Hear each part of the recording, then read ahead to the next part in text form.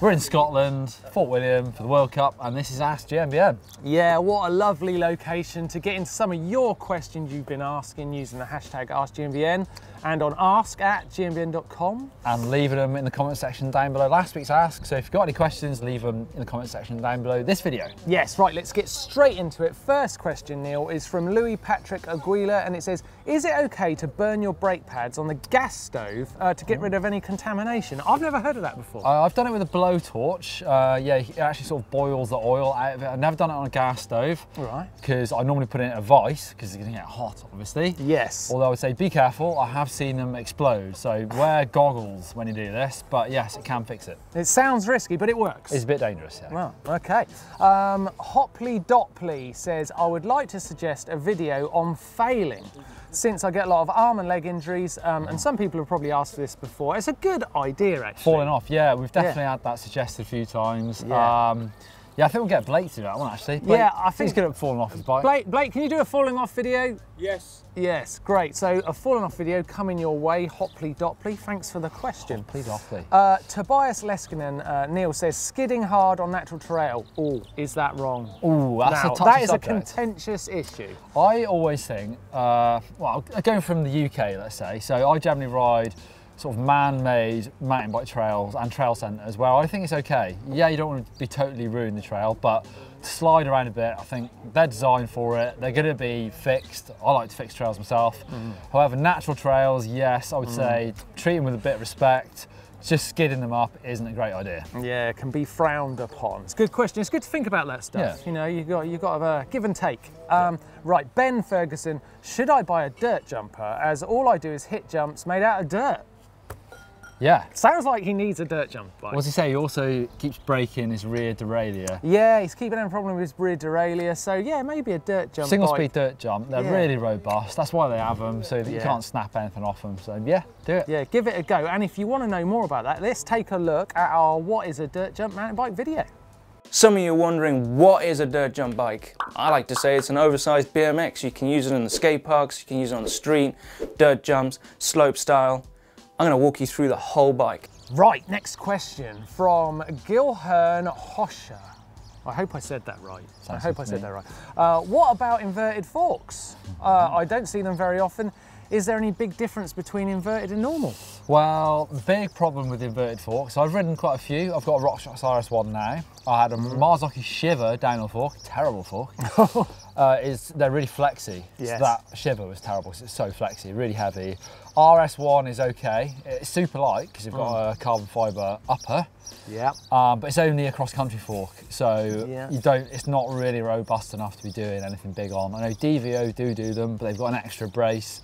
The biggest thing is just they're a bit flexy, and it's so easy to make a conventional fork not flexy that's what people stick to. Yeah, and I guess you've got to count a Cannondale Lefty as a inverted fork. That's true, and they've made that stiff by making it half a triple clamp fork. Yes, yeah. So I mean, I think the Lefty is actually a great piece of innovation. I'm a big fan. They're supposed to be really good, never tried them. Yeah, worth checking out. Bricktop236 says, I'm looking at converting my bike to a 1x setup. But he's only got an 8-speed 12 to 32 rear cassette. Should he wait until he can afford a different cassette with a better ratio, or is it worth going for it on that 8-speed? Tough question. I would say you're gonna have to be quite fit to push a 1x8 with just an 1132. I would personally wait until you can afford to go 10 or 11, I would say. Yeah, I would say go for it. Because I love a 1x setup. The simplification of the bike, it feels awesome. Yeah. But you know what? He knows his stuff. 8-speed's gonna be quite hard, right? Yeah. You have to do a bit of training in the gym. They're not a big range of gears though. Okay, Pal Costa GRAELL says, can I put wider tyres on my XC full suspension bike and use it as an enduro bike? Yeah, I would say tyres make such a big difference to how a bike rides, so you can really change those characteristics by putting a lighter or a heavier tyre on, and it does make a big difference, so try it, yeah. Any issues on the distance between the... Well, possibly, you might, tyre clearance, you'd probably go up to something like a 2.4. You could probably check, just measure the back end of your bike, see how much space you've got. Yeah, it is amazing how much difference a different tyre makes. Yeah. It's incredible, transforms your bike. Fuzzy Pickle says, How long should you ride a hardtail before getting a full suspension? That's an interesting question, because that makes me think that Fuzzy Pickle thinks that a hardtail is sort of like the basic end of the bikes. Not necessarily true, is it? I think it's good for beginners to learn on hardtails, and sometimes you can then progress to full suspension bikes, good idea, but there's plenty of people like cross-country racers who stick on hardtails. They're definitely great bikes for doing certain things. So there's no set rule for that. I rode a hardtail for a year, I think, before I got my first full suspension bike, but that's going back to the 90s, when there weren't many full suspension bikes. And if you think about World Cup cross-country races these days, they're deciding between a hardtail or full suspension, depending on the track. Yeah. So, you know, there's pluses and minuses to both bikes. There are many people that ride hardtails forever, and that's all they have, so there's no real answer to that. Yeah, okay. LAURITS Christensen says, can you put a dropper post on an XC hardtail if you ride XC? Yes, definitely. We're seeing that a lot more on the cross-country race circuit.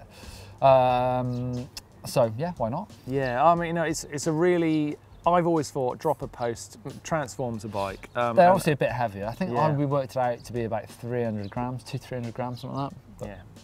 Well, while we're on the subject of dropper post, why don't we take a look at this video with Neil of Will a Dropper Post Make You Faster?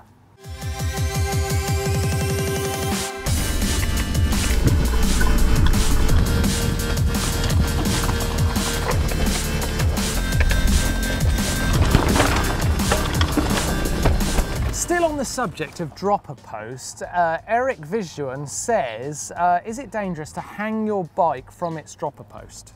I've heard people say that you shouldn't do this. I've never had a problem doing it. I would say extend your post fully if you're going to do this. Yeah. I've never damaged one. I don't know. I can't imagine it would damage it that much. I have hung mine in the work stand before. I know people tell me off in the comments doing that, but I've never damaged one doing that. So. Yeah, I think it's probably right. Maybe just a bit of caution, you'd probably be okay. KIERANPATRICK says, every time I ride clipless, I find that my calves, I use my calves too much and I'm way too far over the front of the bike. Now he says he has moved his cleats as far back as possible, so this is a difficult thing to fix. Well, that was what I would normally say is it's generally because your cleats too far forward, and it does really get you toe down over the front of the bike and your calves get pumped. So I'd always recommend moving them back. It depends on your shoes as well. Some cross-country shoes, you can't move them that far back. So you look at something like more of an enduro or a downhill shoe, the slots in the shoe will move further back. Right. Maybe try riding flat pedals, see what it feels like to have your foot sort of naturally planted on the pedal, and then try and replicate that with your clips. Yeah, I think that's a great idea. Moving to a flat pedal and seeing how much difference that makes is going to teach you an awful lot. Because everyone's different. Yeah. Everyone is different. Sam Jewell says, I'm learning wheelies. I can get to the balance point and stay up for a few seconds, but then lose the balance. How can I fix this? Well, it depends if you're talking side to side or front to back. Side to side, I would say you just keep practicing. You're going to learn how to get it. Make sure your arms are locked. That makes a big difference. And then just get used to sort of moving your knees around to try and keep your balance. Yeah, I'd say if you're falling off the back, that's a good thing. Learn that point where you lose the bike. Don't be afraid to step back off that bike. Yeah. A lot of people get really worried about, oh God, what if the bike flips out? You'll find that actually if you just step backwards off the pedals, you'll just be stood behind your bike. It's not that big a deal. If you get used to that, the fear goes and your wheelies will progress. Good fun as well. Yeah, great fun. Can't beat a good wheelie. Oh, love it. So good. Well, you can. A really great skid. But well, not on a natural trail. Not on a natural trail. You can wheelie anywhere, that's the best thing. Yeah, wheelies are great. Wheelies are great. Miles Alley says, I can't take it. I ride alone and do my own filming with a broken tripod, and all the footage makes me look like my grandma. But he feels like he's going fast, like a World Cup run, in fact. Whoa. How does he solve this problem and look as fast as he feels? Well, Miles, you might not be that fast. There is that, isn't it? We always feel fast. I've quite often seen footage of myself riding and thought, huh, you're a trials rider. You're not supposed to be fast. That's true. I've got an excuse. It's difficult, isn't it? You know, filming riding is really difficult. These guys, like Tom behind the camera here, they make it look very easy. They always make you look very good. They also speed us up, 110%. 110%, can't beat it. But you know, it does make a difference having someone experienced by the camera. With that in mind, let's take a look at how to film a killer edit on your mobile. Almost everyone has got one of these in their pocket. Yeah, a mobile phone. And you don't really need one of these huge cameras to film your riding. All you need is one of these. So these are our top 10 tips for making the best riding edit just using a mobile phone. Yeah.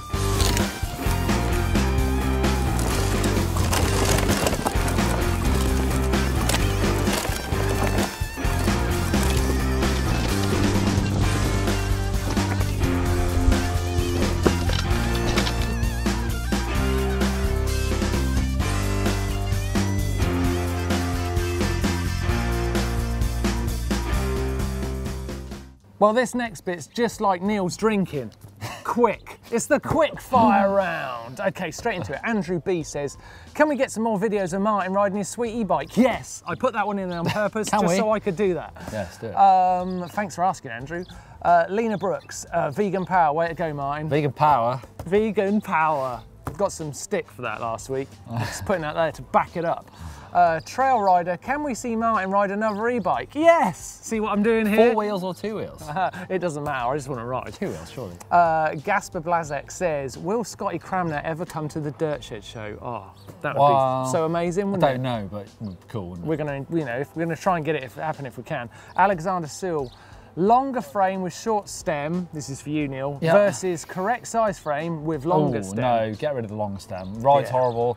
You end up turning like that rather than like that. Yeah, like a bus. You don't want it. Daniel says, what is the difference between motocross helmet and a downhill helmet? Motocross helmets are tougher, therefore heavier. Yeah. More protective, but yeah, downhill helmets will be much lighter, so.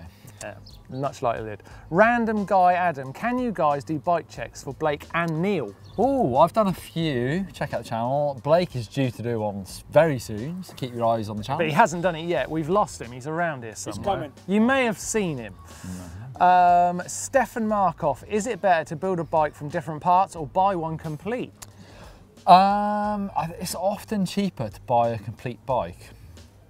However, you don't get the perfect bike for you occasionally, so tough question to answer. Yeah, this is the quick fire round, Neil. Sorry. That was a very slow answer.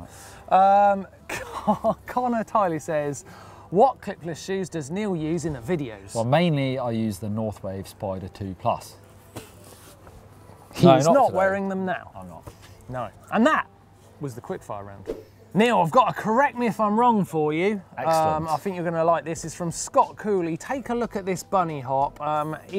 He's been practicing it, but he's just able to clear these cones, but only barely. You know, what's missing? My biggest piece of advice for this, Scott, is to practice your manuals, because the higher you can get the front wheel, you then start splitting into two things, so front wheel then back wheel. And the bigger the manual you get, the better your bunny hop will become. Ah, there you go. Get that front end up before you do it. Yes. Just pulling it up a bit too plain and level. Yeah. Let us know if it helps. Send us a video to prove it. That would be really cool. Yeah, keep sending your videos to ask@GMBN.com and we'll take a look and hopefully help you out. Yes, make sure that you hit this big button here to subscribe so you get lots of videos from GMBN, one brand new video every day of the week. Yeah, excellent. Click over here for how to manual. And you can click just here to see Down Not Out, where we filmed a run at Fort William with me on my e-bike. I loved it and I'm going to keep pushing you to it because it's a great vid. Give us a thumbs up if you spotted Blake somewhere in this video. Is he around here somewhere? There he is.